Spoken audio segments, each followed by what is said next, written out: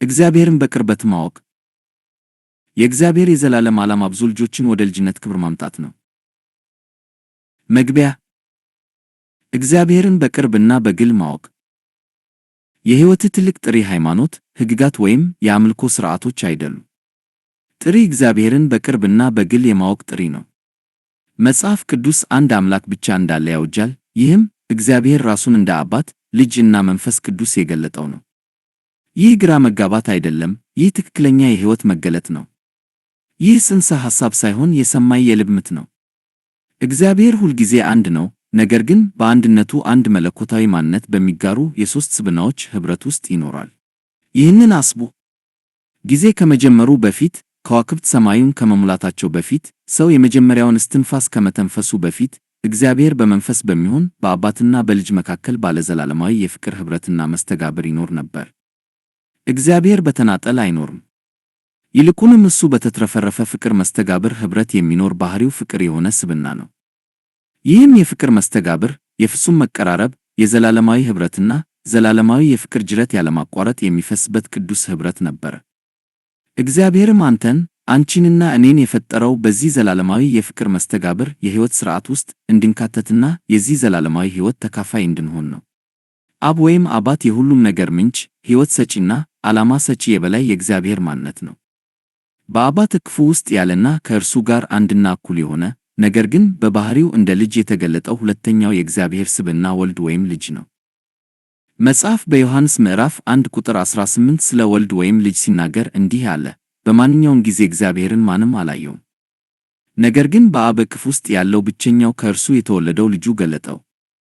ሦስተኛው የእግዚአብሔር ስብዕና ደግሞ መንፈስ ቅዱስ ነው። መንፈስ ቅዱስ ደግሞ ከአብና ከልጅ የሚፈሰውን ፍቅራቸውን፣ አንድነታቸውንና ኅብረታቸውን በአንድ አጣምሮ የያዘ ስብዕና ነው። ስለዚህ መንፈስ ቅዱስ ኃይል ወይም ተጽዕኖ የሚያደርግ የእግዚአብሔር እስትንፋስ ብቻ ሳይሆን በእግዚአብሔር ማንነት ውስጥ ያለውን የአባትነትና የልጅነትን የሕይወት ትርጉም፣ የፍቅር ትስር፣ ኅብረትና አንድነት የሚወክልና የሚገልጥ ሕያው ስብዕና ነው። ስለዚህ የእግዚአብሔር ሙላት የአባትነትና የልጅነት ሕይወትና የፍቅር መስተጋብር ማንነት ስብዕና ነው። እግዚአብሔርን እንደ አባትና ልጅ እንዲሁም በአባትና በልጅ መካከል ባለ የሕይወት ጽንሰ ሐሳብና የፍቅር ኅብረት መስተጋብር መሠረት ካልተረዳነው እርሱም በትክክል ማወቅ አይቻልም። እግዚአብሔር አባት ነው፣ እንዲሁም እግዚአብሔር ልጅ ነው። በተጨማሪም እግዚአብሔር በአባትነትና በልጅነት መካከል ያለ የፍቅር ጥምረትና መስተጋብር ነው። ስለዚህ ምሉ የሆነው እግዚአብሔር የአባትነትና የልጅነት ማንነት ሙላት ነው ማለት ነው። እግዚአብሔርን ከዚህ ስብዕና ውጪ ማወቅ ከእርሱ ጋር ሊኖረን ከተሰራንበት ዓላማ የሚያጎድል ዕውቀት ነው። እግዚአብሔር ሙሉነቱን በአባትነትና በልጅነት ስብዕናና ማንነት የገለጠ አምላክና ፈጣሪ ነው። አንዱ እግዚአብሔር ራሱን በአባት በልጅና በመንፈስ ቅዱስ መልክ በሦስት ስብዕና የገለጠ አንድ አምላክ ነው። ኢየሱስ ስለ አባት፣ ልጅና መንፈስ ቅዱስ አብሮ መሥራትና ጥምረት ሲናገር እንዲህ አለ፣ ነገር ግን ከአባት ዘንድ የምልክላችሁ ረዳት የሆነው የእውነት መንፈስ ሲመጣ እርሱ ስለ እኔ ይመሰክራል። ዮሐንስ ምዕራፍ 15 ቁጥር 26። ከዚህ ከኢየሱስ ቃል ማየት እንደምንችለው እግዚአብሔር ሩቅ እንዳይደለና በመንፈስ ቅዱስ አማካኝነት በእኛ ሕይወት በአባትነቱና በልጅነቱ መገለጥ አማካኝነት ወደዚያ የአባትነትና የልጅነት ሕይወት መስተጋብር እንድንገባና የዚያ ዘላለማዊ ሕይወት ተካፋይ እንድንሆን እንደሚሠራ ነው። እግዚአብሔር ልጁን እንደሚወድ አባት፣ እግዚአብሔር በአባቱ የሚደሰት ልጅ፣ እንዲሁም እግዚአብሔር በዘላለማዊ የአባትና የልጅ ኅብረት ውስጥ አንድ ላይ እንደሚያስተሳስረን መንፈስ ቅዱስ በመገለጥ ወደዚህ ዘላለማዊ የሕይወት ዓይነት ጠርቶናል።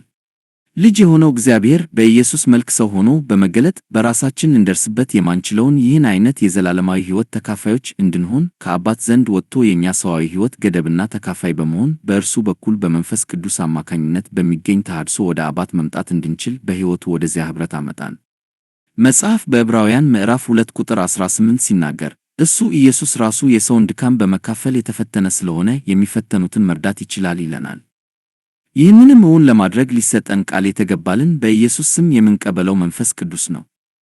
ስለዚህ ስጦታ ደግሞ ኢየሱስ ሲናገር እንዲህ አለ፣ እኔም አባትን እጠይቃለሁ፣ እርሱም ዓለም ስለማያየውና ስለማያውቀው ሊቀበለው የማይችለውን የእውነት መንፈስ ለዘላለም ከእናንተ ጋር እንዲሆን ሌላ ረዳት ይሰጣችኋል። እናንተ ግን ከእናንተ ጋር እንዲሁም በውስጣችሁ ስለሚኖር እርሱም ማወቅ ትችላላችሁ። ዮሐንስ ምዕራፍ 14 ከቁጥር 16 እስከ 17። በተጨማሪም ኢየሱስ በዮሐንስ ምዕራፍ 16 ቁጥር 17 እንዲህ አለ፣ እውነቱን እነግራችኋለሁ፣ እኔ ብሄድ ለእናንተ መልካም ነው። ምክንያቱም እኔ ካልሄድኩ ረዳቱ መንፈስ ቅዱስ ወደ እናንተ አይመጣም። ነገር ግን እኔ ከሄድኩ በኋላ እርሱን ወደ እናንተ እልካለሁ። የወንጌል እውነት የሚናገረው ዘላለማዊ ሐሳብ ይሄ ነው። በዚህ የወንጌል እውነት ይህ ዘላለማዊው የሕይወት ሥርዓት ወደ ልባችን በመግባት ወደ ዘላለማዊው እግዚአብሔር የአባትና የልጅ ኅብረት ውስጥ ያስገባናል።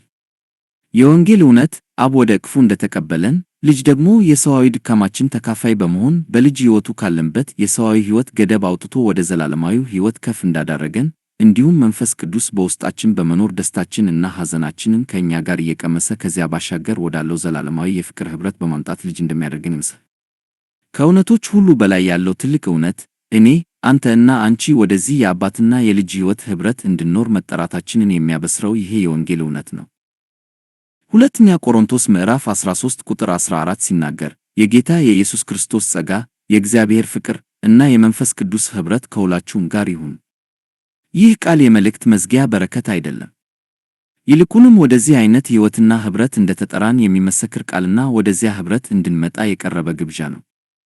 መንፈስ ቅዱስ ልጅ በሆነው በኢየሱስ ውስጥ ያለውን የልጅነት ሕይወትና እውነት ከኢየሱስ ስብዕና ወስዶ ለእኛ በመግለጥና በማካፈል እንደ ልጅ እንድንኖርና በዚያም የልጅነት ሕይወትና መንፈስ በአብ ሕልውና ፊት የልጅ ሕይወት መኖር እንድንችል ይረዳናል። ስለዚህ እውነት ኢየሱስ ሲናገር ነገር ግን እሱ የእውነት መንፈስ ወደ እውነት ሁሉ ይመራችኋል፣ ምክንያቱም እርሱ ስለ ራሱ አይናገርም፣ የሰማውን ሁሉ ይናገራል፣ የሚመጣውንም ይነግራችኋል።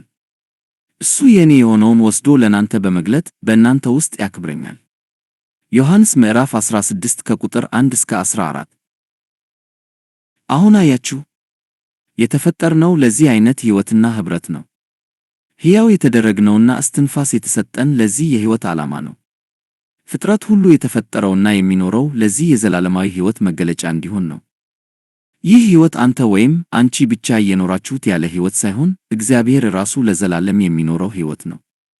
ይህ ሕይወት ሰው ከእግዚአብሔር ተለይቶ የሚኖረው ሕይወት ሳይሆን ሰው ከእግዚአብሔር ጋር፣ ሰው በእግዚአብሔር እንዲሁም እግዚአብሔር በሰው የሚኖረው ሕይወት አይነት ነው። ኢየሱስ የመጣው ይህንን ሕይወት ለመስጠትና ለዚህ ሕይወት ሲባል ነው። እግዚአብሔር በአባት በልጅ እንዲሁም በአባትና ልጅ መንፈስ አንድነት በሦስት ስብዕና የተገለጠበትም ዓላማ ይህንን አይነት በአባትና በልጅ ኅብረት የሚኖር ሕይወት መኖር እንዲቻል ነው። እግዚአብሔር በራሱ ውስጥ ያለውን የእርሱን ዘላለማዊ ሕይወቱን ቅርቡንና የፍቅር መስተጋብሩን ወስዶ ከእኛ ጋር በማካፈል እንደ ልጆቹ እንድንኖር ይህ የዘላለም ዕቅዱ ነው። እግዚአብሔር ዓለምን የፈጠረው ለዚህ ነው። እግዚአብሔር ሰውን በዋነኝነት የፈጠረው የሃይማኖታዊ ግዴታና ሥርዓት እንዲፈጽም፣ የሕግን ሥራ በመሥራት እግዚአብሔርን እንዲያስደስት ወይም እግዚአብሔርን እንዲያገለግል ሳይሆን በልጁ ሕይወት አማካኝነት ወደዚህ የዘላለም ሕይወት ሥርዓት እንዲገባና ልጅ ሆኖ እንዲኖር ለማድረግ ነው። እግዚአብሔር ፍቅር ስለሆነና ፍቅርም የሚተገበረው ከአንድ በላይ በሆኑ ስብዕናዎች መካከል ስለሆነ እንደ ልጆቹ የፍቅሩ ተካፋይ መሆንና በዚያ መኖር እንድንችል እርሱ እግዚአብሔር ራሱ አባት፣ ልጅ እንዲሁም አባትና ልጅ የሚኖሩበት መንፈስ በመሆን ራሱን ሰጠን። በልጁ ሕይወት ልጅ እንድንሆን በመንፈሱ ኃይል ወደ እርሱ እንድንቀርብና በአባትነቱ እንድንኖር ራሱን ሰጠን። አብ አባት ልጆችን ይናፍቃል። ልጅ የሆነው ወልድ ደግሞ ሕይወቱን የሚያካፍላቸውን ወንድሞችንና እህቶችን ይፈልጋል። መንፈስ ቅዱስ የሆነው እግዚአብሔር ማደሪያው የሚያደርጋቸውንና ይህንን ሕይወት እንዲኖሩ ኃይል የሚሰጣቸውን መኖሪያ ልጆችን ይፈልጋል። ስለዚህ አባት፣ ልጅ እና መንፈስ ቅዱስ የሆነው እግዚአብሔር አንድ ላይ ቤተሰብን ይመሰርታሉ። ስለዚህ እግዚአብሔርን በቅርበት ማወቅ ማለት በዚህ ዕውቀት መሠረት በየቀኑ ከዚህ ዘላለማዊ ሕይወት ጋር መዋሃድ ማለት ነው። ይህንን እውነት ማወቅ ማለት ወላጅ አልባ አይነት ከሆነው ሕይወት በመዳን የእግዚአብሔር ልጅ ሆኖ መኖር መቻል ማለት ነው። ይህንን ሕይወት መውረስ ማለት ከፍርሃት ባርነት ወጥቶ በአባት እቅፍ ውስጥ በመግባት የሚገኝን የዓላማ ሕይወት መኖር መጀመር ማለት ነው። ይህንን ሕይወት መረዳት ማለት የአባትን ፍቅር በልባችሁ ውስጥ ከሚተነፍስና በመለኮታዊ ደስታ ከሚሞላው ከመንፈስ ቅዱስ ጋር ባለ ኅብረት መኖር ማለት ነው። ቃሉ ሲናገር ልጆች ስለሆናችሁ እግዚአብሔር የልጁን አባ አባት ብሎ የሚጠራውን መንፈስ ወደ ልባችሁ ላክ። ገላትያ 4 ምዕራፍ 6። እግዚአብሔር ፍቅር ነው። ፍቅርን የማያውቅ እግዚአብሔርን አያውቅም፣ እግዚአብሔር ፍቅር ነውን። አንደኛ ዮሐንስ ምዕራፍ 4 ቁጥር 8። ፍቅር ብቻውን ሊኖር አይችልም። ፍቅር መሰጠትና መካፈል አለበት። ፍቅር መደሰት አለበት። ፍቅር ተመልሶ መሰጠት አለበት።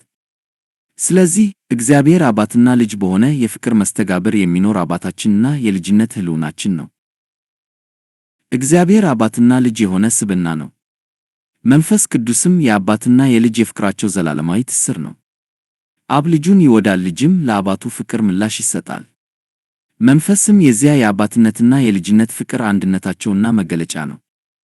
አንተ፣ አንቺ እና እኔ ደግሞ አሁን በጸጋ ወደዚህ ዘላለማዊ የፍቅር መስተጋብር ሕይወት ወይም ዘላለማዊ ሕይወት ውስጥ በልጁ አማካኝነት ገብተናል። የተወደዳችሁ የእግዚአብሔር ልጆች ሆይ፣ መዳን የፈጸመው ዋና ዓላማ ይህ ነው። የመዳን የመጨረሻው ግብ የኃጢአት ይቅርታ ማግኘት ብቻ አይደለም። የመዳን የመጨረሻ ግቡ ኅብረት ነው። ይህም ኅብረት እግዚአብሔር ውስጥ ወዳለው የሕይወት ኅብረት መምጣት ነው። የመዳን ትልቁ ስጦታ ከእግዚአብሔር ጋር የሚደረግ ጥልቅ ቅርበትና የሕይወት ትስስር ነው። የኢየሱስ የማዳን ሥራ የመጨረሻው ግብ ልጅነት ነው። አባት ልጁ ኢየሱስ ክርስቶስ ባደረገው ሥራ አማካኝነት ከእግዚአብሔር ከሚያርቃችሁ የኃጢአተኝነት ስሜትና ኩነኔ ሥርዓት ነፃ አውጥቶ ወደ ራሱ አምጥቶናል። ስለዚህ ከዚህ በኋላ በመንፈስ ቅዱስ አማካኝነት በዚህ ዘላለማዊ ሕይወት ውስጥ መኖር ትጀምራላችሁ። ከዚህ በኋላ እንደ ባሪያ በራሳችሁ ጥረትና የሕግ ሥራ ሳይሆን በእምነት እንደ እግዚአብሔር ወንድ ልጅ ወይም ሴት ልጅ በየቀኑ እንደ ልጁ እየኖራችሁ ትቀጥላላችሁ። ዓይናችሁን አንሱና ተመልከቱ። እግዚአብሔር ሩቅ አይደለም። እሱ ቅርብ ነው። እሱ በእኛ ውስጥ እና በዙሪያችን ነው። እርሱ እንደዚህ አድርጎ አቅፎናል። ወደ ፍቅሩ ልጅ መንግሥት እቅፍ ውስጥ ከቶናል። የሕይወታችን ትልቅ ግብና ስኬት በዚህ ዘላለማዊ ሕይወት ውስጥ መገኘት ነው። እግዚአብሔርን በቅርበት ማወቅ ማለት ይህ ነው። ለዘላለም ጸንቶ ወደሚኖርና ከእኛ ወደማይወሰደው ወደዚህ መለኮታዊ እቅፍ ውስጥ ከመግባት በላይ ታላቅ ስጦታ የለም። የመዳን ትልቁ ስጦታ ይህ ነው። የአንተ የአንቺና የኔ ዘላለማዊ ውርስ ይህ ነው።